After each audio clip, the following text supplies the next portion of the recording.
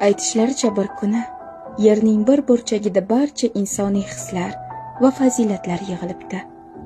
Zerikish allaqachon 3-marta esnaganida telbalik taklif bildiribdi. Kelinglar berkinmachoq o'ynaymiz. Eng birinchi bo'lib dangasalik berkinibdi. U shundoqqina yo'l chetidagi tosh ostida edi. Iymon osmonga ko'tarilibdi. Hasad esa soyaga berkinibdi. Qo'rquv daraxt kovagiga berkingan bo'lsa, yolg'on okean tubiga sho'ng'ibdi.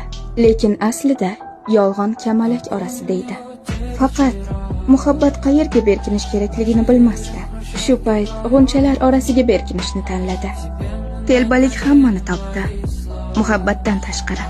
Telbalik atirgul shoxlarini ajratayotganida o'tkir tikanlar muhabbatning ko'zlarini jarohatladi. Ana shundan beri muhabbatning ko'zlari ko'r va telbalik uni yetaklab yuradi.